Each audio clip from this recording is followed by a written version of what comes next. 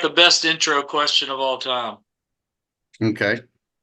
How did I not get to see y'all at all in 2023? Gosh, I don't know. Usually you do, you know.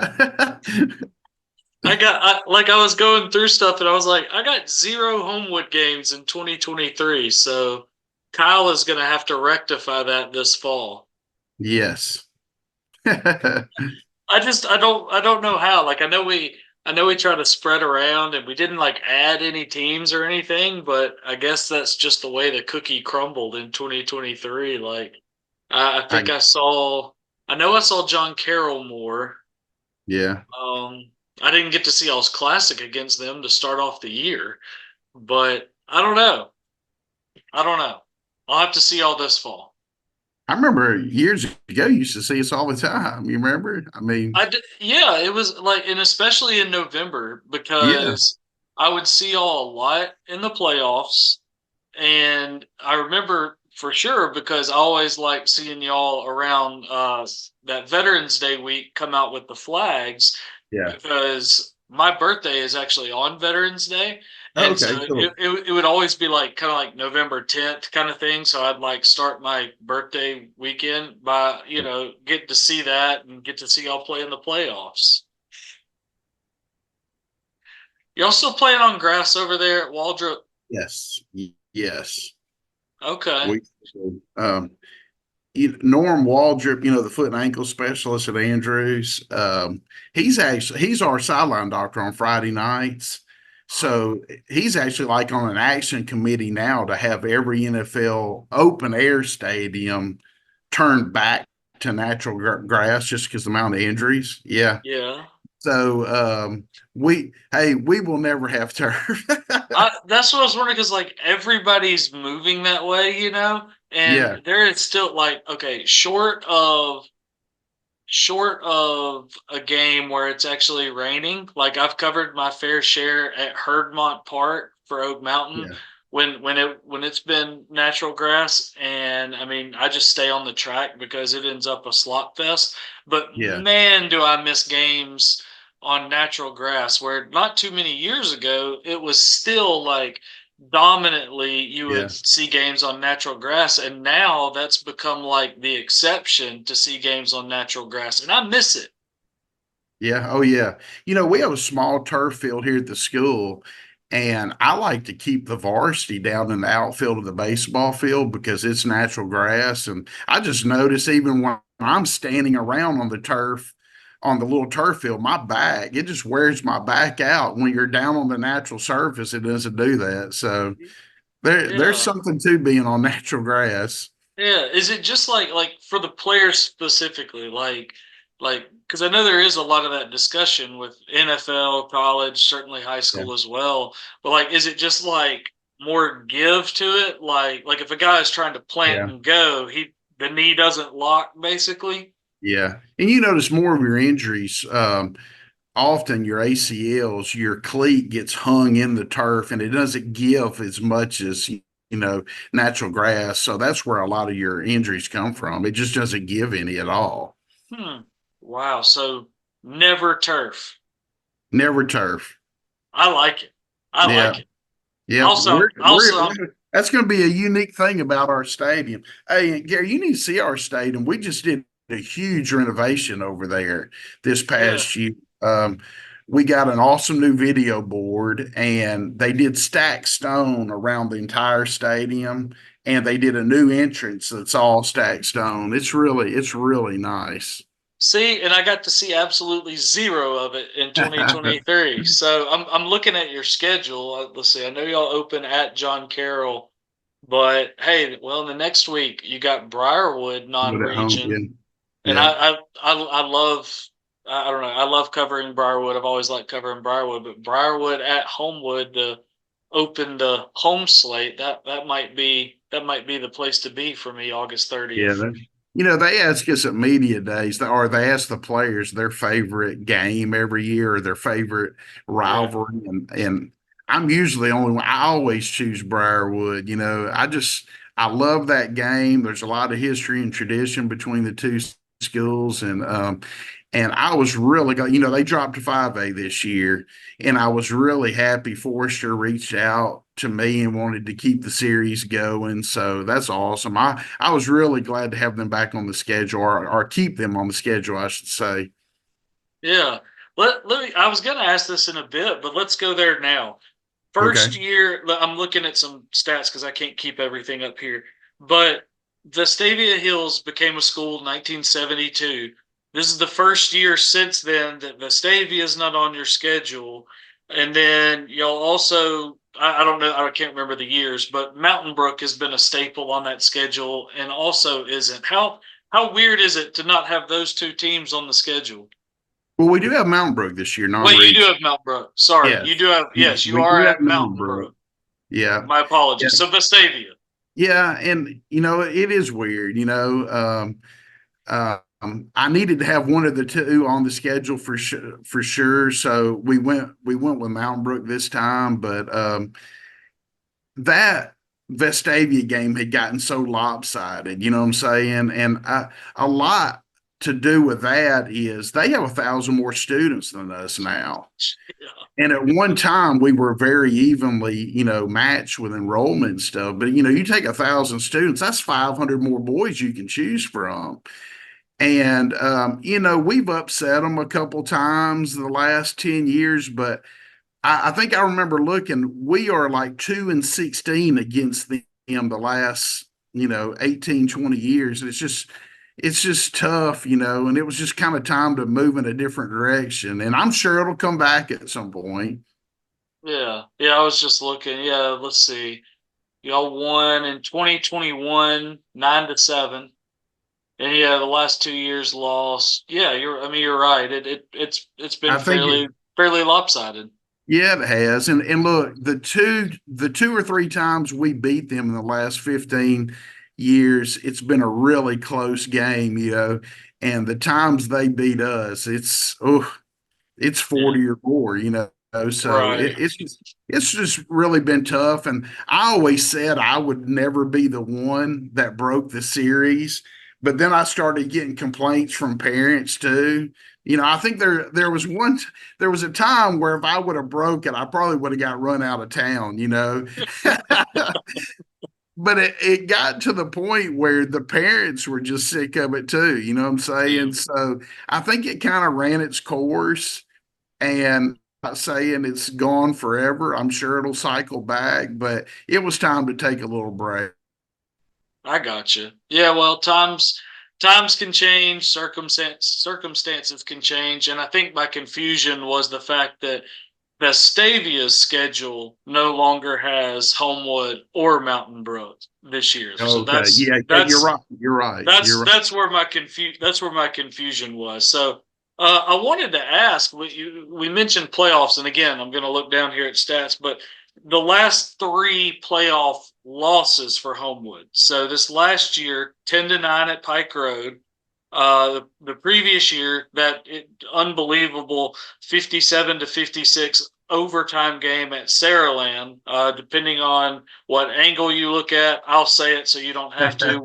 I'll say it so you don't have to. Woods Ray broke the plane, There you and go. and 35-27 to Gardendale in 2021. I know those are all losses. I know they're all close, and you wish they would have gone differently, but three playoff losses by a combined 10 points.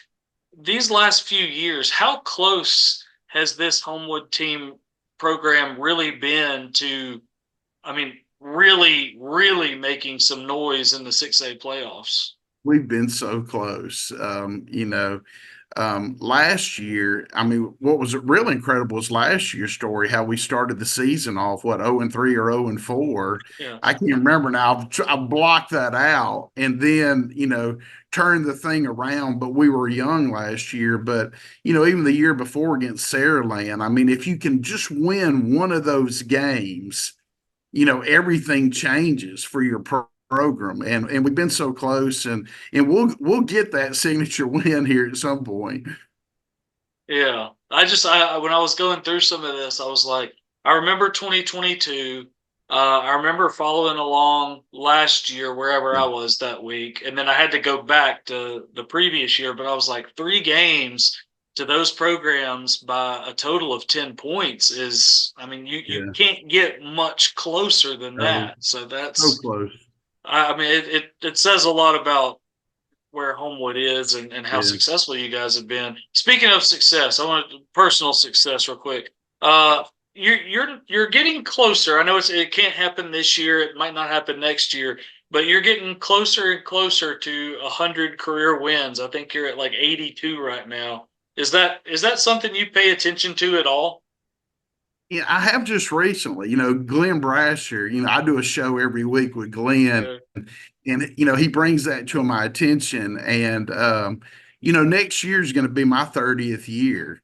So and half of that as a head coach probably. And I've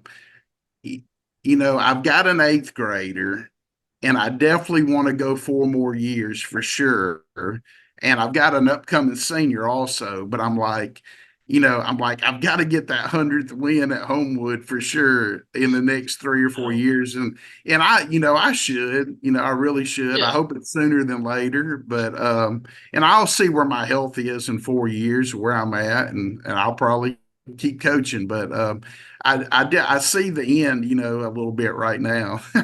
Yeah. Yeah. You're on that, like, what do they say? Like the back half of it. The Like, back half, yeah. yeah, but still a lot of good years ahead. A And lot I of good mean, years, a lot of good years, and we've got a really good group coming through right now. Our football culture is great here.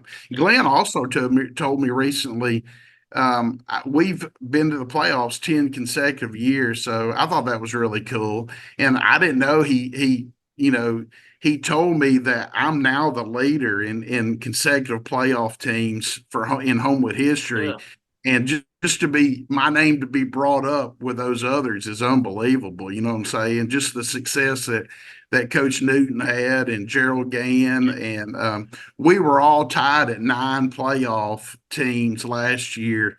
And I got to 10 last year, and I didn't even know it till Glenn told. I was like, wow, you know what? This is really awesome. yeah. Well, it sounds like Glenn stole all my questions because I mean, well, because like I'm looking and I'm like, you had that one season at Spain Park, and then you've been the Yeah, HC at Homewood since 2014. You've, as a head coach, you've never missed the playoffs. I never have. It's crazy. Yep. How? Hey, I'll tell you how. I've got good people around me. It's crazy that somebody called me the other day looking for a job, a good friend of mine, and I was like, this is really crazy. I've only hired 2 coaches in the past 14 or 15 years when a lot of programs will hire 3 or 4 a year. You know what I'm saying? And my 2 coordinators have been with me for a long time. They both should be head coaches somewhere. They do a great job. And Homewood's almost a trap job too, because if you've got kids school age and you come here, you don't want to leave. You know what I'm saying? It's such a great place. So a lot of that's just how great of a place Homewood is, and I'm very fortunate to have great assistant coaches, and our staff's been together. And there's a lot to say about that continuity. Yeah, and I mean, you're right, obviously, but Homewood City Schools is an incredible school system. But like you mentioned, just for you specifically as the head coach, being able to maintain that continuity, I mean, there's got to be a lot of a big aspect of that has to be loyalty too, right? Oh yeah, oh yeah. I mean, I don't know what I'd do without those guys. You know what I'm saying? And I'm very fortunate to be able to keep them around. Yeah. And I always tell people, I was an assistant coach for 14 or 15 years, so I know what it's like, and so I'm good. I'm good to work for. So how do you feel about how I mean, I know we're here to talk about 2024 and we're about to, but since I didn't get to see y'all last year, like, how do you feel about how 2023 went and how it ended, as I don't want to say momentum, but how you felt like it ended heading into the next season? Well, we were young last year, and that's going to happen every few years, in high school football. And we cycled down last year. We started off the season really rough. We rebounded and won five in a row. Got into the playoffs and took a Pike Road team, down to the wire. And then I followed them for the rest of the season. And next thing you're like, oh my gosh, they're a semifinalist team. We were that close again. You know what I'm saying? But it gave us a tremendous amount of momentum going into this season. I've got 8 or 9 back on both sides of the ball this year. So that's the most we've ever had here. So we're really excited. The pieces are there. We've just got to put them together and get a little better each week. We had a Yeah, really good spring. Our spring was really good.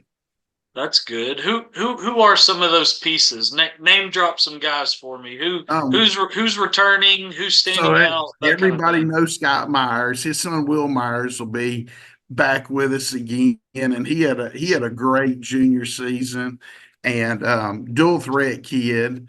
Um, you remember Trey Osmer from a few years ago, the All-State slot Yeah. receiver we had? His little brother Evan's going to be a senior. He ran for over 500 last year as a junior at tailback, and I'm sure he'll hit the 1,000-yard marker more this year. We're excited about him and a receiver named Kylan Newell. Yeah. His I remember dad seeing played. him. His dad played here. Um, he led us in receiving last year. I'm sure he'll break the 1,000-yard mark this year. But we've got some weapons on offense, and something unusual about us is we've got a few tight ends that can play. So we'll be in a little more 11 and 12 personnel than we have been in the past. We're excited about these guys. Um, Tyler Watts' son, JT Watts. You remember Tyler Watts for Yeah. sure. Everybody knows Yeah.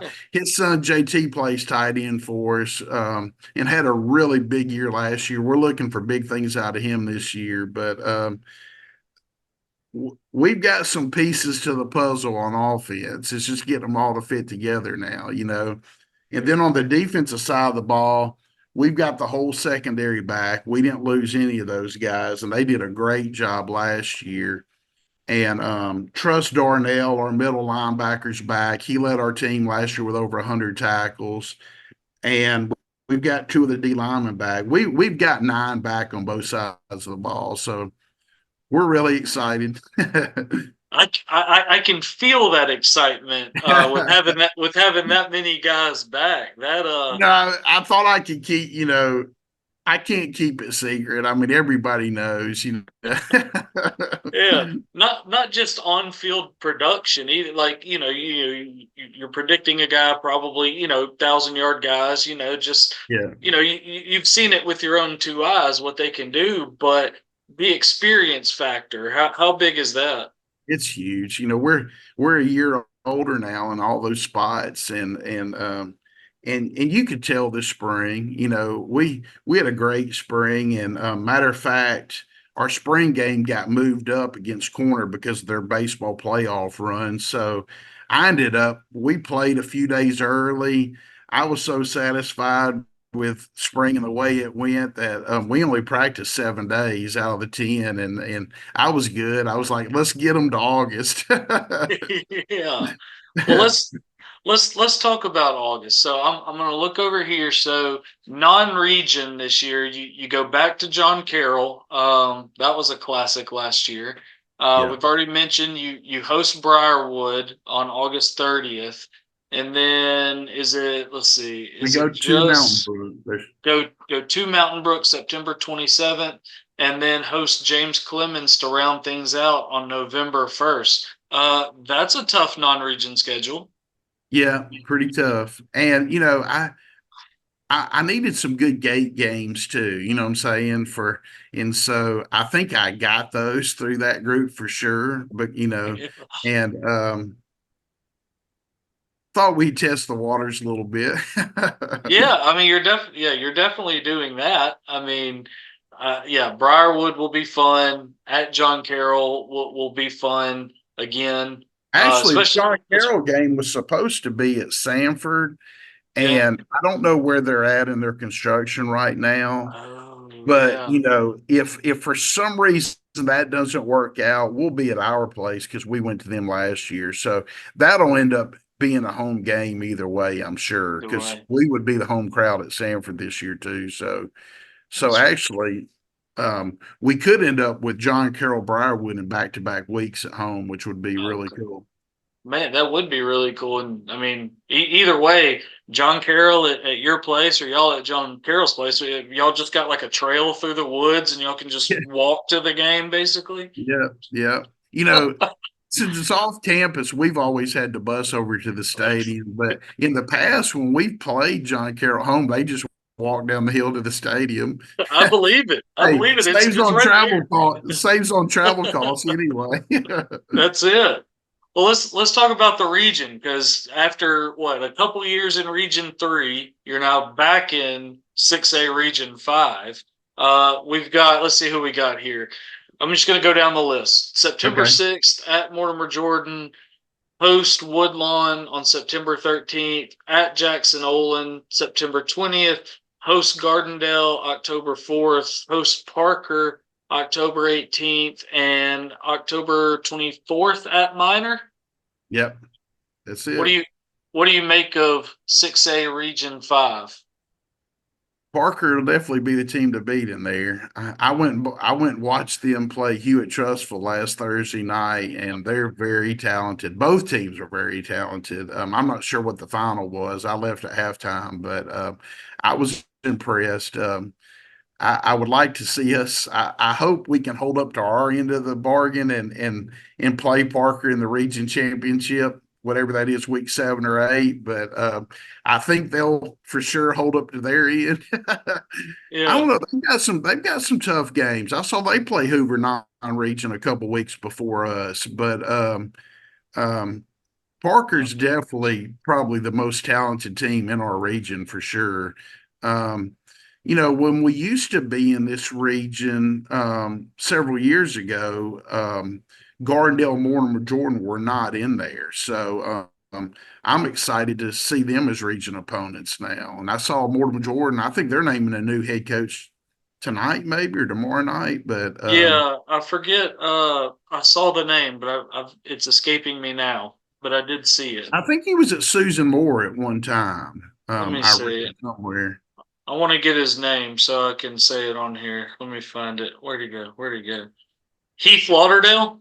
Yeah, Heath Lauderdale. Yeah, yeah. He I was at don't. Susan Moore at one time. Okay, I didn't know who he was. I haven't met him before. So that Yeah, I was think an. he's been on the staff maybe the last couple of years, but Okay. I think they're naming him this week. And we've had some battles with Minor over the years. That's been and Adrian Abrams. I really like Adrian a lot. He does a really good job, and that's always a big game for us. And I saw Woodlawn this week. I just saw the score. I haven't seen the game, but I saw they beat Pelham in their spring game. So Wow. um, I know Woodlawn will have some speed. You get Yeah. those guys the ball in space, they'll go score. But um, I would definitely think, though, out of all the teams on there, Parker's the team to beat. You know what I'm saying? Yeah. Yeah, I mean, I think anybody objectively would say that.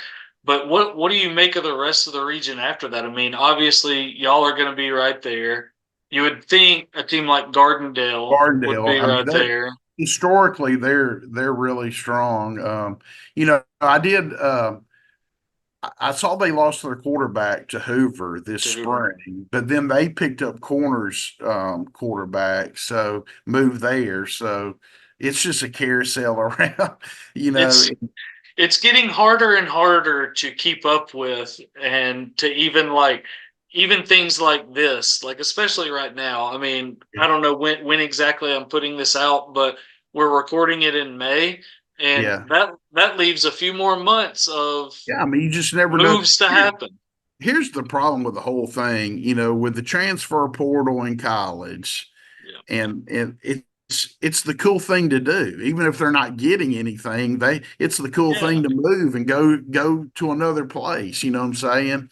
I would like to think, Homewood's a great place and we can hold on to ours, but I'm telling they just do it to do it a lot. And it's kind of frustrating because you never know who you might have in the fall.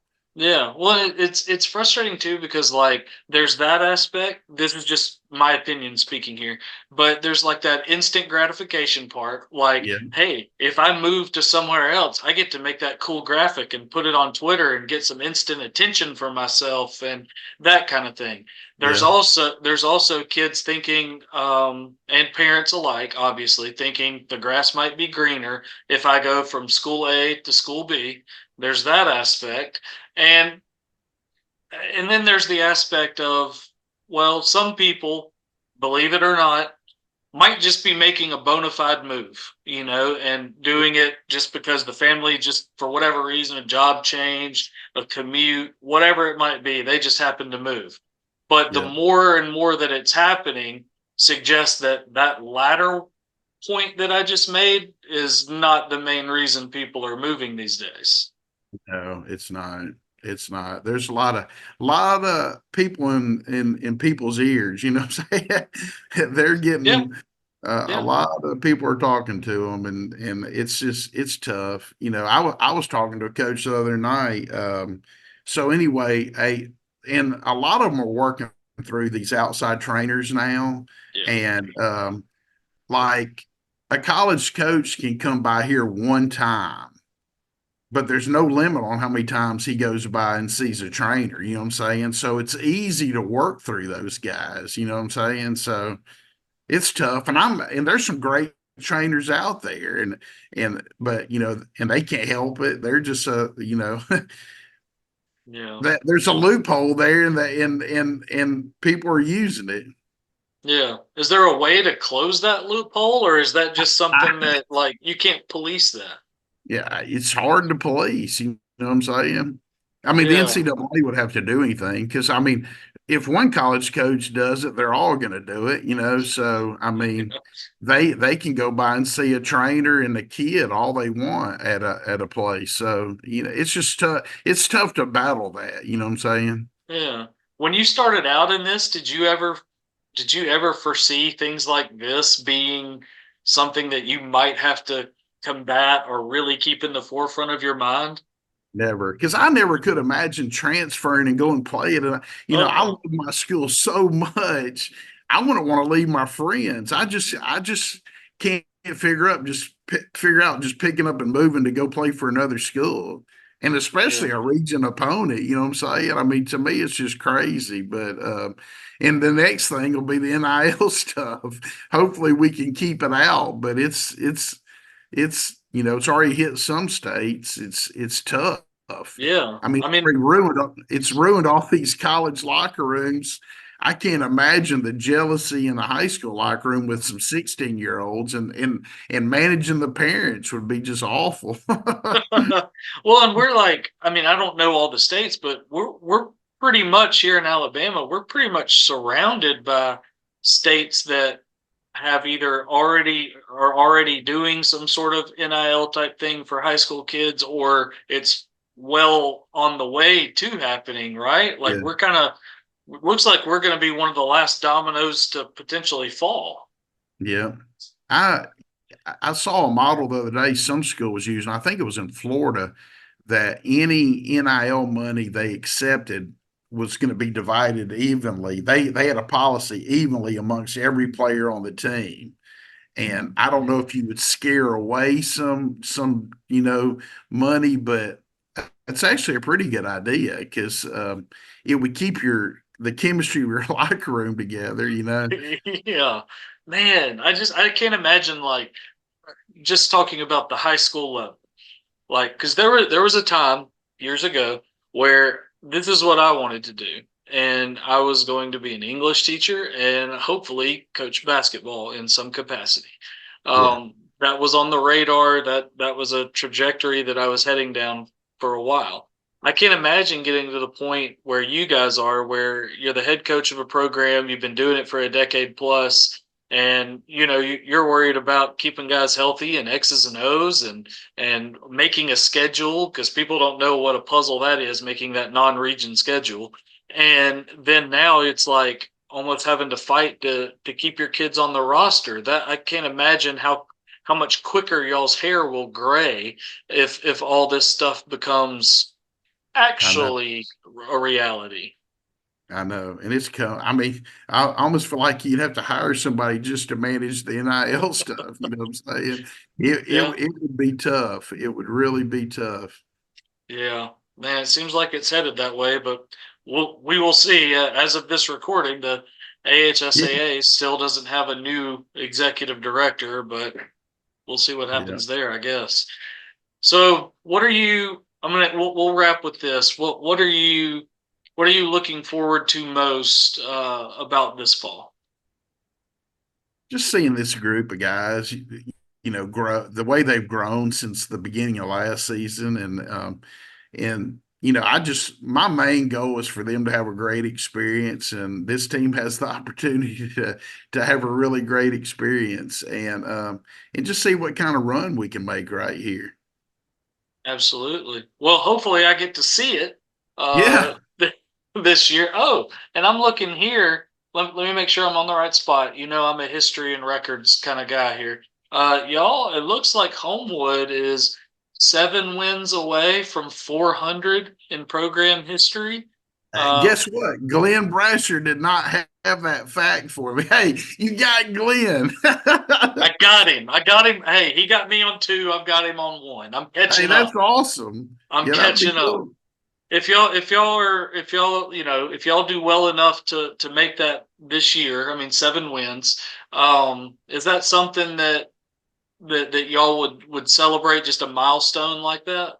It definitely needs to be celebrated. And I can't wait to break the news to Glenn that I got it Telling. from Gary. Hey, I got it from Gary Lloyd. Let's go. Let's go. I'm after you. I'm coming after you, Glenn. I got it. I got you on one thing. There you That's go. cool. Well, cool. Well, I do appreciate it, Coach. It's been Yeah, awesome it talking to was you fun. Yeah. again, and definitely have to like.